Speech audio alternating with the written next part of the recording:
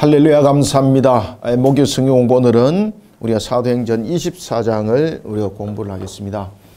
자, 이제 사도행전 24장이 이제 계속해서 사도 바울의 이제 변론에 관한 내용들이 전거되어집니다. 이제 점점 이제 사도 바울이 로마로 이제 가는 단계가 접어들게 되는데, 오늘은 사도 바울이 이제 법정에서 이제 서게 되는 공식적 내용들이 전거됩니다. 그래서 오늘은 보면은 사도 바울을 이제 정식적으로 로마 법정에 이제 고발하는 사건이 벌어지는데, 그때에 변호사 더둘로가 등장합니다. 더둘로가 공의의 변호사가 됩니다. 변호사가 되어서 사도 바울을 고발을 하게 되는데, 바울을 고발할 때에 고발하는 조건이 죄목이 돼야 되잖아요. 로마 법정에 이제 고발하기 때문에 이것이 그냥 자신이 기분 나빠서 이 사람 나하고 관계가 좀 안 좋아서 이 사람 고발합니다, 이게 성립이 안 되는 거예요. 정확한 그런 법적 절차를 거쳐서 고발을 하게 되고, 그 다음에 이제 로마 법정은 고발을 하게 되면은 이 피의자와 피해자들이 함께 법정에 서야 돼요.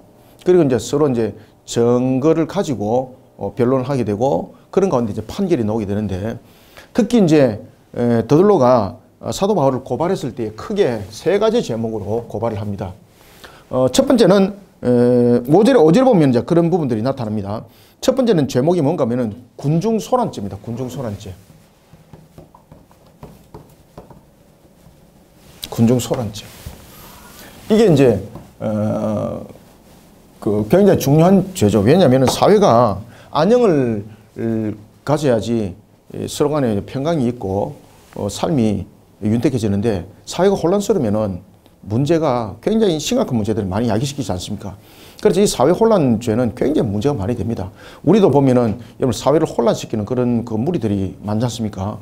이런 부분들은 사회 안정적 부분에서 분명히 다스려야 됩니다. 그 다음에 두 번째는 고발했던 제목이 뭔가 하면은 나사렛 이단의 우두머리라 라는 부분들로 고발합니다. 이단에 대한 부분들로. 그 다음에 이제 세 번째는 신성 모독에 관한 부분들로서 고발되어집니다. 성전 모독죄로서.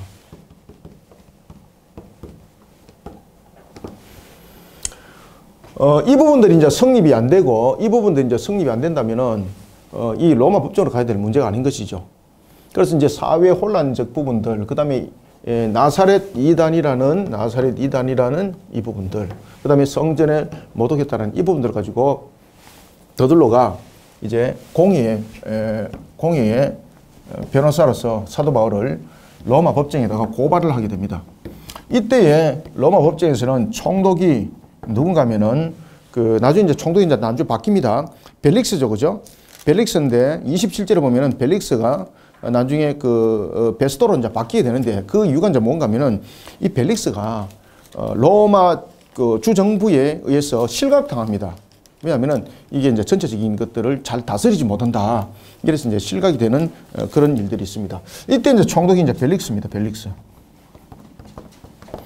그리고 이제 이 법정 속에서 법정이 전개되면서 사도 바울이 가이사라에 약 2년 동안 구금당한 상태에서 있게 되는데, 자유롭게 이 모든 것들을 활동하면서 약 2년 동안 이 내용들이 전개되어집니다. 그리고 난 뒤에 이제 사도 바울이 어디로 가는가 하면은 로마로 후송됩니다. 오늘 24장은 이 내용들을 우리에게 쭉 전거해 주고 있습니다. 그래서 사도 바울이 어떻게 변론을 했는지, 그리고 이제 이 과정들을 통해서 사도 바울의 사역들이 또 한층 더 힘을 얻게 되는 것을 우리가 볼 수가 있습니다. 그래서 오늘 본문을 보고 이 내용들을 하나하나 전개해 나가도록 하겠습니다. 자, 24장 1절 한번 봅시다. 닷새 후에 대제사장 아나니아가 어떤 장로들과 한 변호사 더둘로, 그죠? 한 변호사 더둘로와 함께 내려와서 총독 앞에 바울을 고발하니, 로마 법정에 이제 고발합니다. 이때 이제 총독이 벨릭스입니다. 벨릭스. 고발했습니다. 이때 이제 여러분들 이제 고발을 했던 그 장소가 어딘가 하면 가이사라였죠. 그죠? 가이사라. 이 가이사라는 예루살렘으로부터, 지난주에도 말씀드렸습니다만은 예루살렘으로부터 약 몇 킬로 정도, 약 104km 정도 떨어진 이 지역입니다. 그러면 이 사이의 거리가 이 정도 떨어지가 있는데 대제사장이 사도 바울 하나 때문에 이 가이사랴에 올 이유가 있겠습니까? 근데 아나니아라는 대제사장이 가이사랴에 나타납니다. 아나니아가. 대제사장으로서 아나니아가 나타납니다. 우리가 이제 아나니아는 몇 번 말씀드렸습니다만은 사도행전에 3명의 아나니아가 등장하죠. 한 명의 아나니아는 누굽니까? 사도 바울에게 안수했던 아나니아. 그죠? 그 다음에 예수님의 제자였죠. 그 다음에 또 하나는 아나니아와 삽비라. 그죠? 성령 모독죄로서 사망에 이르렀던 아나니아. 그 다음에 세 번째는 오늘 본문에 나타나고 있는 대제사장 아나니아. 그래서 다 3명 다 동명이인입니다. 그러면 이 아나니아가 예루살렘에서 왜 가이사라 104km나 떨어지는 가이사라에 가서 사도 바울을 고발한 이 현장에 그가 왜 왔을까라는 것입니다. 그것은 사도 바울이 이단의 나사렛 이단이라는 이 제목, 그 다음에 성전 모독이라는 이 제목, 이 공의 속에서 철저히 다뤄야 될 문제거든요. 이 부분에서 어떤 정치적 영향력을 끼치기 위해서 왔습니다. 아나니아가. 아시겠습니까? 군중들에게도 영향력을 끼치고 정치적으로도 영향력을 끼치고 여러 가지 목적을 가지고 갔습니다. 그런데 아나니아가 온 가장 큰 이유가 무엇인가요? 괘씸죄입니다. 괘씸죄. 사도 바울이 아나니아가 대제사장인 줄 몰랐잖아요. 대제사장인 줄 모르고 대제사장에게 저주했죠. 회칠할 무덤이여 라고 말하면서 하나님의 저주가 임할 것이다. 그러니까 이 아나니아가 대제사장 아나니아가 완전히 열받은 거예요. 그래서 특히 이제 104km가 떨어져 있는 이런 가이사라에 오게 된 이유는 가장 큰 이유는 사도 바울을 정죄를 하기 위한 부분에서 영향력을 끼치기 위해서 분명히 왔습니다. 그런데 그보다 더 큰 이유는 자신을 저주한 것에 대한 정오심이 더 컸던 겁니다. 자신을 저주한 정오심이 더 컸기 때문에 이놈을 살려둬서는 안 되겠다 라는 부분에서 더욱더 정치적으로 입김을 가하기 위해서 그가 오게 된 것입니다. 그래서 아나니아가 어떤 장로들과 한 변호사 더들로와 함께 내려와서 라는 것이 이 속에 있는 겁니다. 아시겠습니까? 대제사장이 이런 문제 가지고 올 이유가 없습니다. 그런데 아나니아가 왔던 이유는 바로 사도 바울을 향한 괘씸죄가 적용이 된 겁니다. 이놈은 살려둘 수 없다. 그래서 자신이 어떤 수단을 써서라도 반드시 사도 바울을 로마 법정에서 사형 언도를 받게 만들고 그를 죽이게 하겠다라는 목적을 가지고 온 겁니다. 자, 바울을 부릅니다. 2절에 보면은 바울을 부름에 더들로가 고발하여 이르되 벨릭스 각하여. 그래서 이제 벨릭스는 이제 그 당시에 유대 사회의 총독이었죠. 그죠? 그 당시에 이제 유대 사회는 여러 가지 이제 형태적 측면에서는 왕이 있었습니다. 유대지역에는 3명의 왕이 있었죠. 그죠? 지역을 셋으로 나눠서 분봉왕들이 있었습니다. 그것은 이제 분봉왕이라고 합니다. 분봉왕.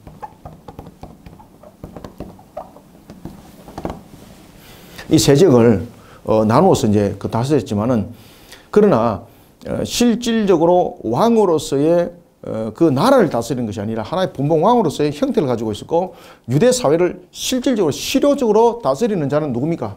총독입니다. 총독이 실효적으로 다스리는 겁니다. 그래서 로마 총독으로서 지금 재판을 이끌어가고 있는 겁니다. 그러니까 공회가 결국은 사도 바울을 죽음에 이르도록 하기 위해서는 일반적 죄목으로서는 그를 죽일 수 없는 거잖아요. 그래서 로마 법정에다 세우는 겁니다.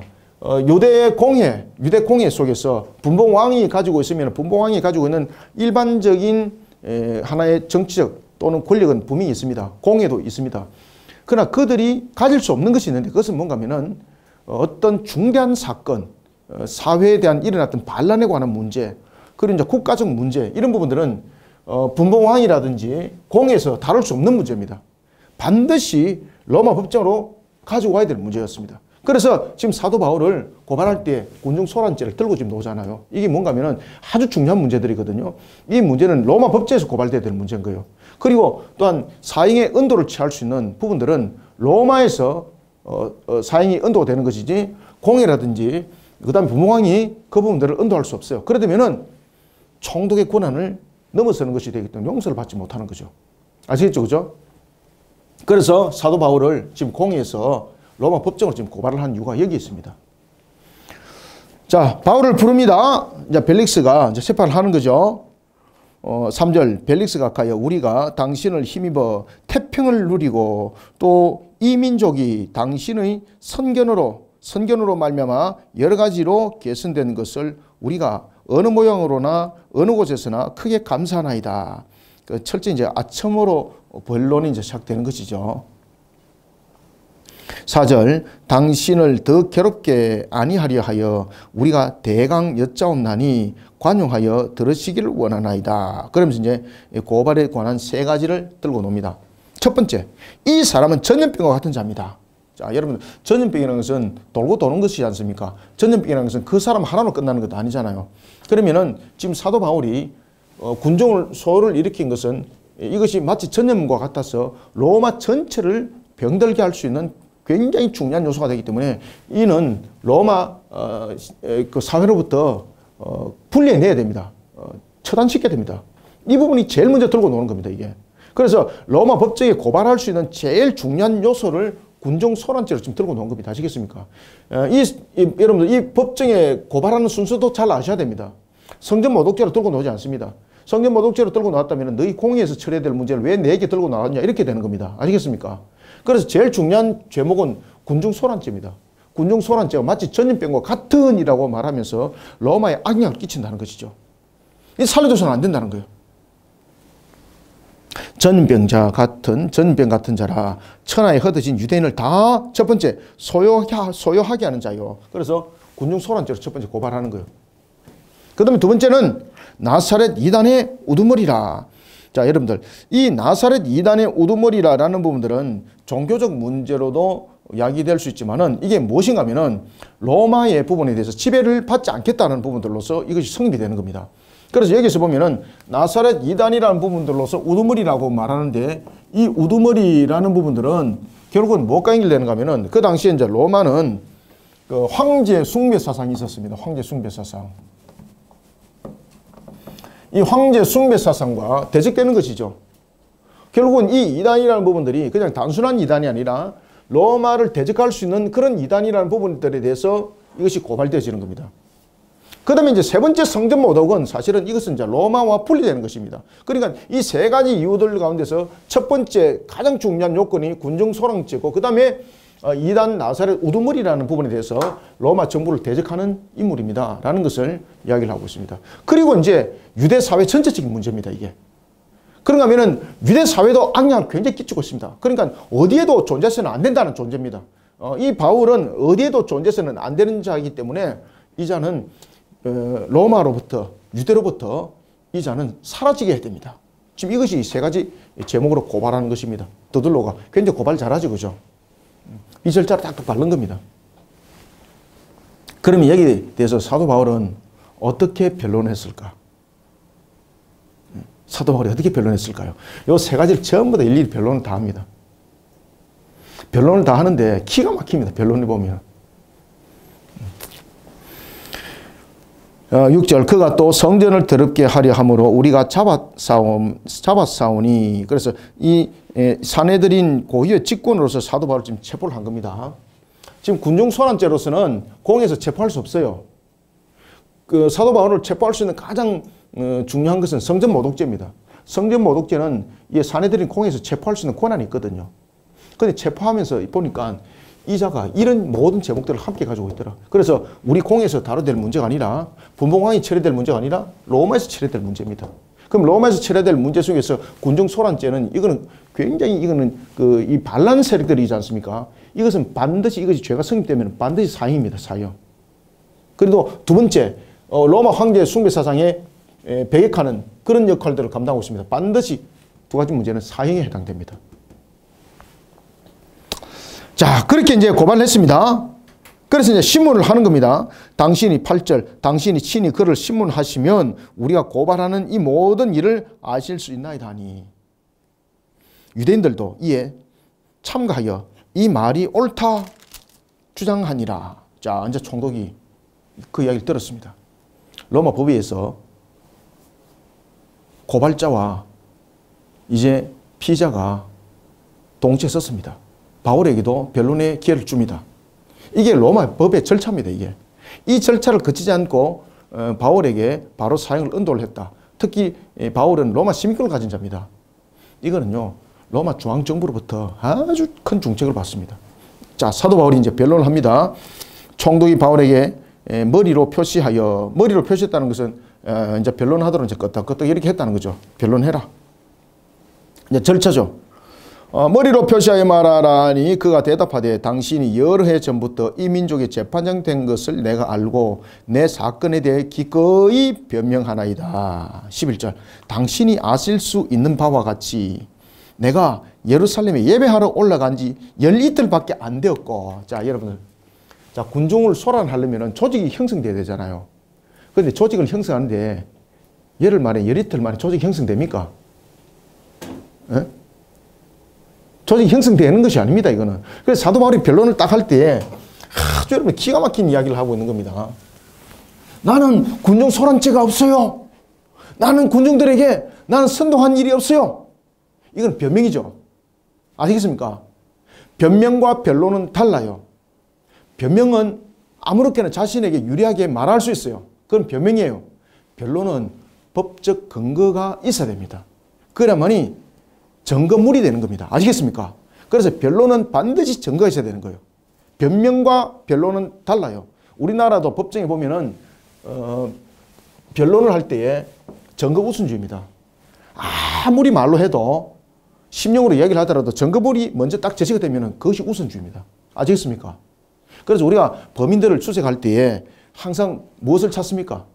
증거물을 찾아요. 증거물을. 그게 그러면 법정에서 그게 판결의 요건이 되는 겁니다. 아시겠죠? 그죠? 로마 법정도 똑같았어요. 그때 사도 바울이 증거를 냅니다.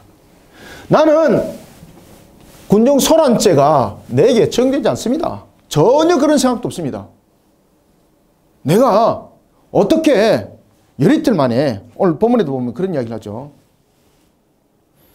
당신이 아시는 바와 같이 내가 예루살렘에 예배하러 올라간 지 열이틀밖에 안 됐습니다. 열이틀. 열이틀밖에 안 됐는데 어떻게 군중들을 조직해가지고 내가 그들을 폐허로 만들 수가 있단 말입니까? 이게 이해됩니까? 증거 제시했죠.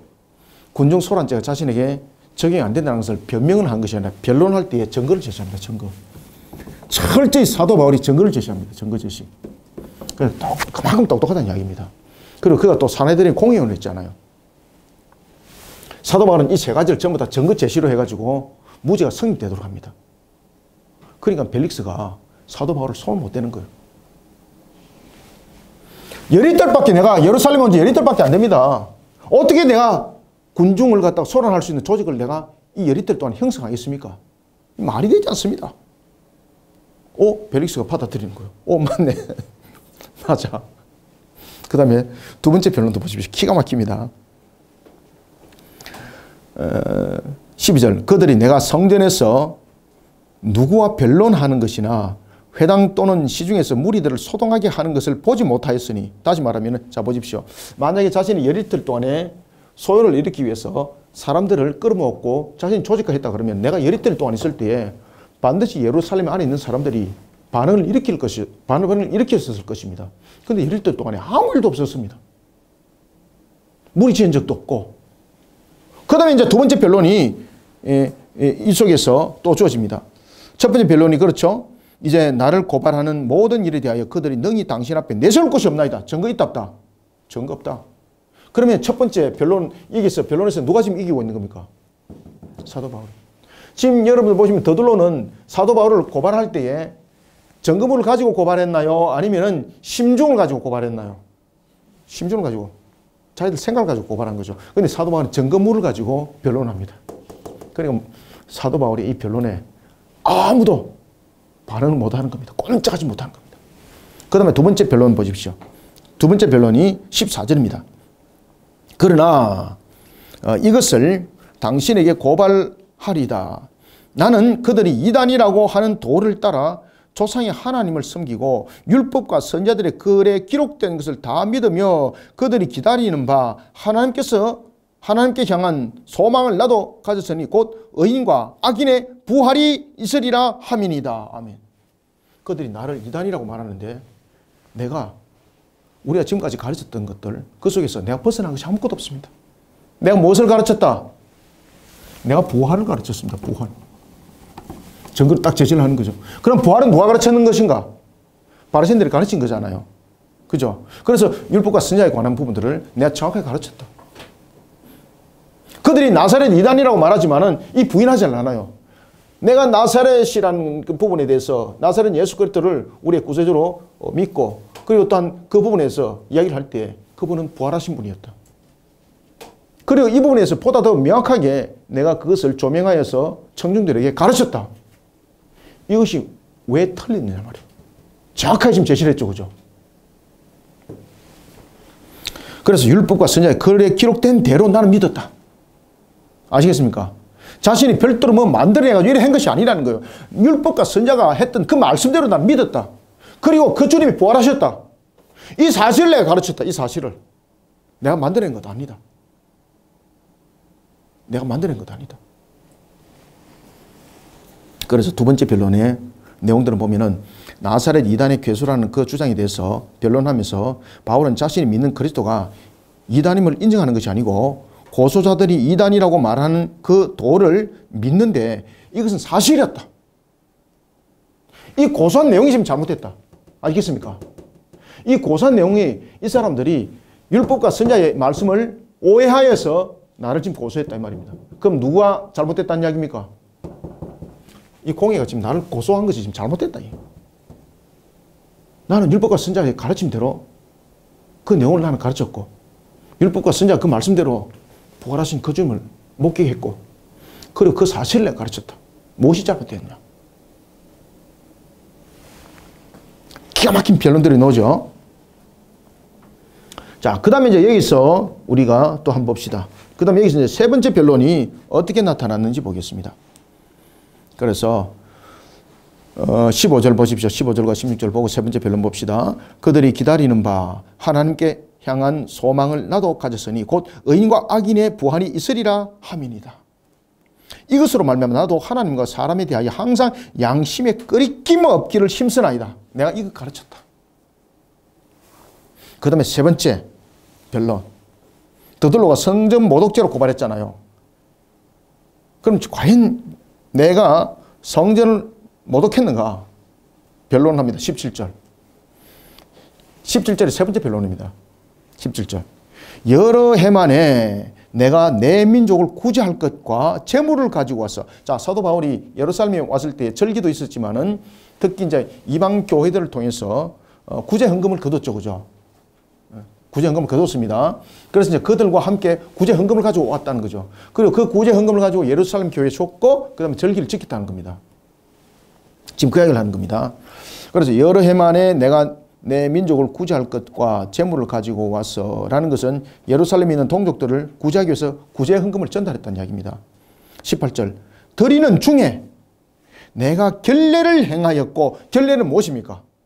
자, 사도 바울이 예루살렘 교회 왔을 때에 우리가 지지난주 공부했죠. 그죠?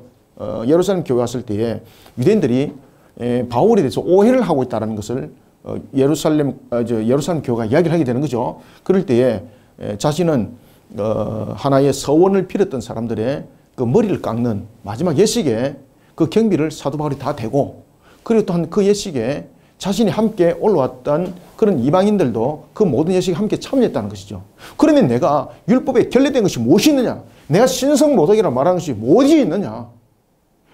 내가 그 율법에 관한 대로 서원하였던 자들, 나시린으로 서원하였던 자들이 마지막에는 이제 그 기간이 끝나게 되면 머리를 깎거든요. 그 예식에 내가 모든 그 경비를 내가 댔다. 그리고 그때 그 결례에 함께 왔던 자들이 다 함께 참여했다. 어찌 성전 모독이 될 수 있느냐? 나는 성전에서 모든 것을 말씀하신 대로 다 지킨 사람이었다. 모임도 없었다. 소동도 없었다. 성전에 있는 것을 그들이 보았다. 아시겠습니까? 그러면은 그 당시에 유대공에서 만약에 자신이 성전 모독죄를 범했다면은 그 당시에 사도 바울이 성전에 있었습니다. 그러면 사람들이 가만두겠습니까? 그죠? 분명히 소외가 일어났을 것 아니에요. 근데 그 당시에 성전에서 아무 일도 없었다. 아무 일도 없었다. 아무 일도 없었다. 나는 오히려 성전에 관해서 모든 것을 율법을 다 지킨 사람이었다. 오히려. 어째 그것이 모독죄가 되느냐? 한번 이야기를 한번 해봐라.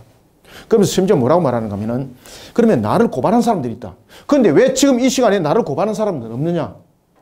나를 처음에 고발했던 사람들은 뭐 에베소라든지 이런 데서 온 아시아에서 나를 해하려고 올랐던 사람들이었다. 그런데 지금 이 공회 속에서 나를 고발했던 사람들이 지금 여기에 아무도 없다. 근데 누가 나를 고발한단 말이죠. 자, 봅시다. 18절. 드리는 중에 내가 결례를 행하였고, 그래서 결례를 행했다는 것은 뭔가 아시겠죠?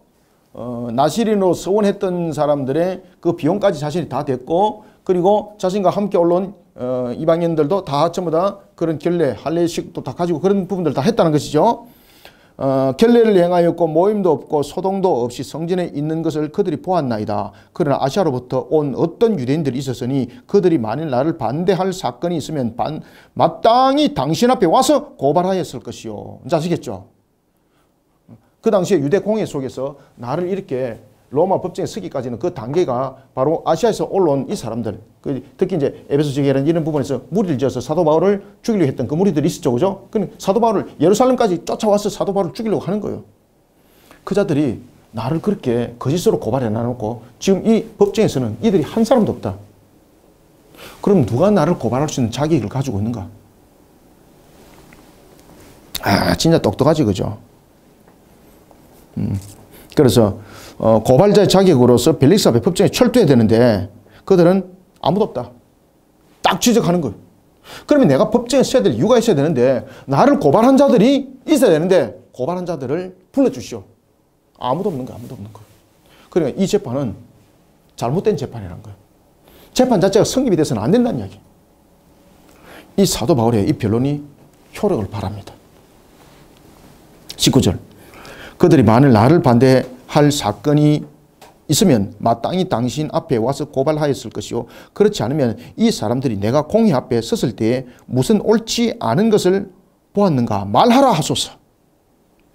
오직 내가 그들 가운데 서서 외치기를 내가 죽은 자의 부활에 대하여 오늘 너희 앞에 신문을 받는다고 한 이 한 소리만 있을 따름이니이다 하니 벨릭스가 이 도에 관한 것을 더 자세히 아는 거로 연기하여 이르되 아시겠습니까? 이 판결하면 안 된다는 이야기예요. 그리고 또 하나는 벨릭스가 지금 보니까 이 벨릭스가 무엇을 잘 알더라? 벨릭스가 기독교 됐으면 알고 있다는 이야기죠. 지금 이게 여러분 벨릭스가 기독교 대해서 어떻게 알고 있을까요? 그 도에 대해서 잘 알고 있다는 겁니다. 그래서 뭔가 하면은 부활에 관해서 그가 벨릭스가 잘 알고 있다는 겁니다. 이것은 이 벨릭스가 그 부인을 맞았던 그 세 번째 이가 이제 그 부인을 맞이하게 되거든요. 그 당시에는 이제 권력 가진 자들이 이 여인을 취하는 것들이 보면 주로 이제 그 권력을 통해서 압력과 또는 욕망에 의해서 수시로 취하는 부분들이지 않습니까? 이 벨릭스의 세 번째 부인이 누군가 하면은 오늘 본문에 등장합니다. 이 세 번째 부인이 바로 누군가 하면은 아그리빠의 딸입니다. 헤롯 아그리빠. 아시겠습니까? 분봉왕 헤롯 아그리빠 1세의 딸이었습니다. 그러니까 헤롯 아그리빠 2세 누이였습니다. 이 아그리빠의 딸이었던 두루실라가 그 메사의 왕과 결혼을 하거든요. 그런데 이 벨릭스가 굉장히 탐욕적이고 정욕적이고 그리고 이가 매우 잔인했습니다. 이가 권력을 통해서 욕을 한 거고 그 다음에 여러 가지 탐욕적 부분들, 정욕적 부분들로서 드루실라를 욕을 하는 겁니다. 그래서 이 드루실라가 결혼을 한 지 1년도 안 되어서 메사왕으로부터 분리해내고 이혼을 해버리는 겁니다. 그리고 누구와 결혼하겠습니까? 벨릭스와 결혼한 겁니다. 이 벨릭스와 결혼했던 드루실라가 나중에는 이제 그 AD 79년에 이제 대지진이 일어나거든요. 그 화산 폭발에 의해서 그때 자신의 아들과 함께 죽습니다. 나중에 AD 79년에 죽는데 이 여인이 기독교에 대해서 들은 소문이 있었던 거예요. 그리고 이런 부분에서 잘 알았던 거예요. 이 여인이. 그리고 이것을 벨릭스에게 이야기를 했던 거죠.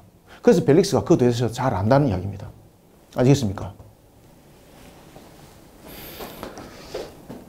봅시다. 그래서 22절 벨릭스가 이 도에 관한 것을 더 자세히 아는 거로 연기하여 이르되, 그래서 이 도에 대해서 어떻게 잘 알까는 그 아내를 통해서 아는 겁니다. 아시겠죠? 그죠?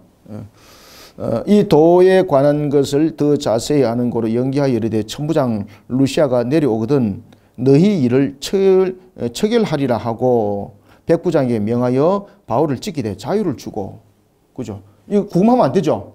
로마 시민권을 가지고 있는데 죄도 없는 자지 않습니까? 그래서 자유를 주고 그의 친구들이 그를 돌보아 주는 것을 금하지 말라 하니라. 이러면서 사도 바울이 로마로 가기 전에 약 2년 동안 구금됩니다. 구금된 상태지만은 로마 시민권을 가진 자로서 그는 모든 부분에서 자유롭게 모든 것을 취하게 되는 겁니다. 그러니까 하나님께서 보십시오. 로마로 사도 바울을 보낼 때 이와 같이 모든 신변들을 보호할 때 악한 것들을 통해서도 하나님께서는 그 뜻을 이루어가는 것을 우리가 볼 수가 있습니다. 24절 수일 후에 벨릭스가 그 안에 유대이자 두루실라와 함께 와서 바울을 불러 그리스도 예수 믿는 도를 듣거늘.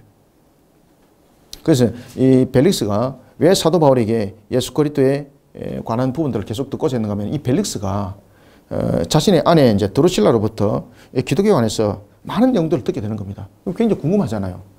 그것도 이제 그런 부분에서 많이 관심도 있었고. 사도 바울을 이렇게 만나다 보니까 사도 바울 주변에 사람들이 이게 많았잖아요. 오는 사람들도 많았고. 그러고 보니까 이래 물질도 풍성하게 있는 것 같고, 그리고 그가 나면서부터 로마 시민권을 가진 자라 그러면은 대단히 부자라는 이야기거든요. 벨릭스가 이에 대해서 관심이 있었던 거예요. 요거 조금만 더 하면은 내가 이에게 많은 부분들의 물질을 또한 취할 수 있겠구나. 벨릭스는 그런 목적을 가지고 사도 바울을 계속 만난 겁니다. 내가 네 얘기 잘해줄게. 이런 것들 있지 않습니까? 25절 바울이 의와 절제와 장차 오는 심판을 강론하니 벨릭스가 두려워하여 대답하되 지금은 가라. 내가 틈이 있으면 너를 부르리라 하고. 그래서 벨릭스가 굉장히 잔인했습니다. 굉장히 탐욕적이었고요. 굉장히 정욕적이었습니다. 그러니까 다른 왕의 아내를 갖다가 자신이 딱 보니까 마음에 들거든요. 그러니까 그냥 뺏어가는 그런 식으로. 그러면서 그 여인의 마음을 이제 뺏기 위해서 얼마나 그가 또 나쁜 짓을 많이 했겠습니까? 유혹도 많이 하고. 벨릭스가 그런 사람입니다. 그게 굉장히 물질주의 중심주의입니다. 물질 사고주의, 자기 중심적 사고 이런 부분들이 굉장히 강했습니다. 벨릭스가. 그런데 이런 벨릭스가 여러 가지 부분에서 이제 야합도 잘했겠죠. 이런 부분에서 이제 한계에 부딪히게 되는 겁니다. 이 한계에 부딪혀서 결국은 여러 가지 부분에서 그 당시에 이제 사회를 안정적으로 이끌어가지 못하는 그 당시 이제 소요사태가 이제 일어나고 이제 군데군데 소요사태가 막 일어나거든요. 그러니까 로마의 주정부가 이 벨릭스를 실각시키는 겁니다. 그러면서 사도 바울이 구금되어 있는 이 상태에서 이제 벨릭스에서 27절에 보면은 베스도로 바뀌는 겁니다. 벨릭스에서 베스도로.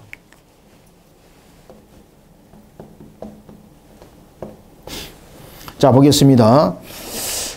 26절 동시에 또 바울에게서 돈을 받을까 바라는 고로 더 자주 불러 같이 이야기하더라. 그래서 그가 뭐 회심 관계 때문에 사도 바울을 부른 것도 아닙니다. 그죠? 그가 뭐 사도 바울이 그리스도의 도를 증거하는 데 있어서 이거 내가 정말로 양심에 찔리네. 이래서 사도 바울을 자주 부른 것이 아니라 어떻게든 간에 사도 바울을 회유하여서 물질을 취하려고 하였던 것이죠. 왜냐하면 사도 바울이 나면서 로마 시민권을 가진 자라는 것을 이제 알게 된 거죠. 나면서 로마 시민권을 가졌다는 것은 부유한 자거든요. 왜냐하면 나면서 로마 시민권을 가진 자는 것은 살아갈 기간이 많잖아요. 그러면 많은 돈을 줘야 돼요. 삶이 얼마 남지 않은 사람은 로마 시민권을 상냥하게 사요. 그런데 나면서부터라는 것은 굉장히 많은 금액을 줘야 된다는 것이죠.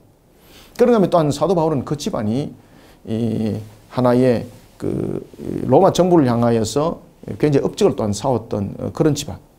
그런가 하면 또한 사도 바울 주변에 사도 바울이 이제 이런 하나의 이제 구금된 상태도 아니면서 또한 사로잡힌 상태였지만은 자유롭게 사람들을 만났지 않습니까? 그래서 사도 바울을 만나러 오는 사람들이 사도 바울에 대한 어떤 여러 가지 삶들이란지 이런 부분들을 보살펴주고 뭐 이렇게 하니까 이거 말 잘하면 이거 큰 돈 일을 통해서 큰 돈을 얻을 수 있겠구만 이렇게 이제 이런 부분에서 벨릭스가 사도 바울을 맞이했다는 것이죠. 이런 벨릭스도 거의 한계쯤에 도달하게 됩니다. 그래서 이제 특히 이제 우리가 사본에 보면은 우리 이제 성경을 이제 기록했던 사본 가운데서 이제 우리는 이제 마소라 사본을 우리가 이제 중심적으로 많이 다루고 있거든요. 배자 사본이 있고 뭐 사본이 많습니다.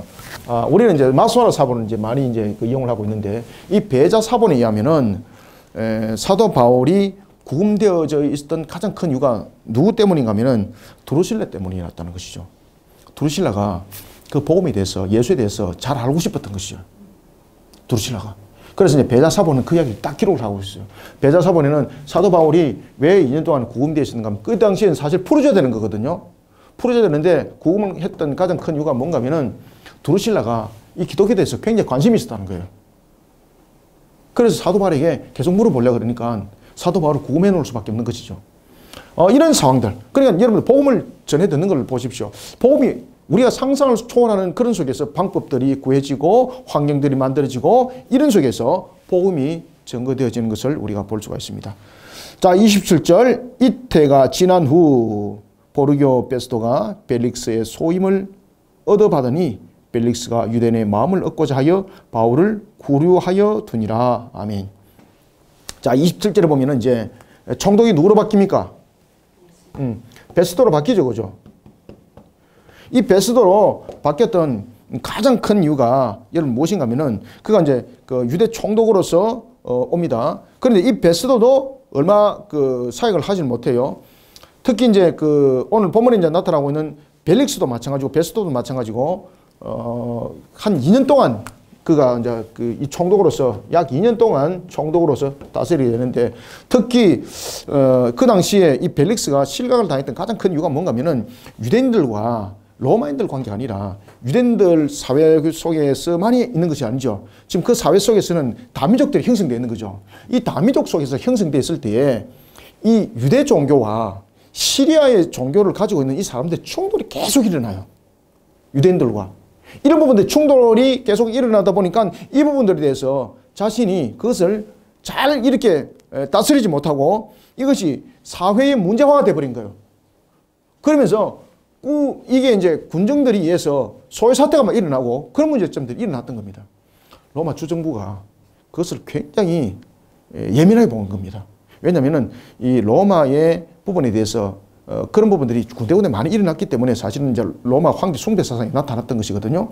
그리고 로마는 보면 각 군단들이 있습니다. 제1군단, 제2군단, 제3군단, 제4군단 이런 식으로 군단이 전부 다 파송되어서 형성되어 있는데, 이런 군단들이 소요를 일으켜가지고 만약에 주정부를 향해서 오게 되면 주정부는 그냥 끝나버리는 것이거든요. 그렇다 보니까 자신의 주정부의 말을 잘 듣고 그리고 주정부의 그 내용대로 잘 사회를 다스려야 되는데 이 벨릭스가 그러지 못했습니다. 그러니까 탐욕적이고 굉장히 정욕적이었고 물질 많은, 그리고 물질 우선주의라 그랬죠, 그죠? 그 자신에게 사도 바울에게도 보십시오. 사도 바울에게 돈을 어떻게 하면 뜯어낼까 이 고민을 하잖아요. 마찬가지로 유대 사회 속에서 시리아 속에서 일어나는 이 분쟁들도 보면은 벨릭스에게 무엇이 오갔겠습니까? 자신들의 입장에서 대변을 하면서 벨릭스에게 좋은 의견을 들으려고, 벨릭스가 자신들의 편이 되려고 그에게 물질을 주면서 이런 사태가 사실은 소요 사태가 방치된 상태 속에서 있었던 것이죠. 그러냐 로마 주정부에서 벨릭스를 2년 만에 실각을 시켜버려요. 실각을 시켜버려요. 그리고 난 뒤에 대타로 온 사람이 베스도입니다. 베스도도 한 2년 동안 있다가 베스도는 실각을 당하는 것이 아니라 총독으로 있다가 그 속에서 이제 죽게 되는 사건들이 이제 일어나게 되는 겁니다. 자, 오늘은 우리가 여기까지 하겠습니다. 그래서 우리가 사도 바울을 하나님께서 로마로 안전하게 가기까지 그 내용들을 그냥 가둬만 놓는 것이 아니라 하나님이 주신 사명을 정말로 누구보다도 힘있게 증거해 나갈 수 있도록 아주 하나님께서 모든 것을 지켜서까지 사도 바울의 증거하는 것이 힘있게 오히려 만들어가고 오히려 유대 공의를 이기게 만들어가는 것을 우리가 볼 수가 있습니다. 여러분, 사도 바울이 만약에 개인적으로 유대 공의 앞에 이렇게 말할 수가 있었을까요? 아닌 거예요. 지금 보면은 유대 공의는 전부 다 대표사들이 다 있잖아요. 사도 바울은 혼자지 않습니까? 못 이기는 거예요, 이게. 이런 것들을 청중들이 전부 다 듣는 거예요. 그래서 하나님께서는 악한 것들을 통해서 복음의 성리가 무엇인지를, 진리의 성리가 무엇인지를 그 속에서 검증해 주고 있고, 그 다음에 또한 악한 자들을 사용을 해서 사도 바울로 하여금 로마로 또한 안전하게 갈 수 있는 길들을 이렇게 열어놓는 겁니다. 아시겠습니까? 그래서 우리는 항상 하나님의 역사가 우리의 유한성을 가진 우리 속에서 문제점들을 풀어나고 이해하는 것이 아니라 무한하신 하나님을 믿어 의심치 않는 그 신앙으로 우리는 달려가는 그런 모습들이 되어야 됩니다. 그런 우리의 모습들 하나님께서 사도 바울처럼 정확하게 사용을 합니다. 오늘도 우리가 그런 주님을 믿어 의심치 않고 사역을 사명을 저도 여러분들도 감당하는 우리의 모습들이 되기를 소원합니다. 기도하겠습니다. 하나님 감사합니다. 주님께서 오늘도 우리에게 열어주시는 말씀, 하늘의 문이 열려 부어지는 꼴의 양식이 되게 부족함이 없게 해주옵소서. 사도 바울이 유대 공회를 향하여서 대제사장을 비롯한 그 청중들을 향하여서 굽힘 없이 끊김 없이 주 예수 그리스도의 복음을 전할 수 있었던 것은 바로 하나님의 역사함이 그를 지키심과 보호하심에 함께 있었기 때문입니다. 하나님 오늘도 우리를 붙들어 주시고 주 앞에 영광된 걸음을 걸어가는 우리의 모든 사회 위에 성령이며 강력하게 역사해 주시길 원합니다.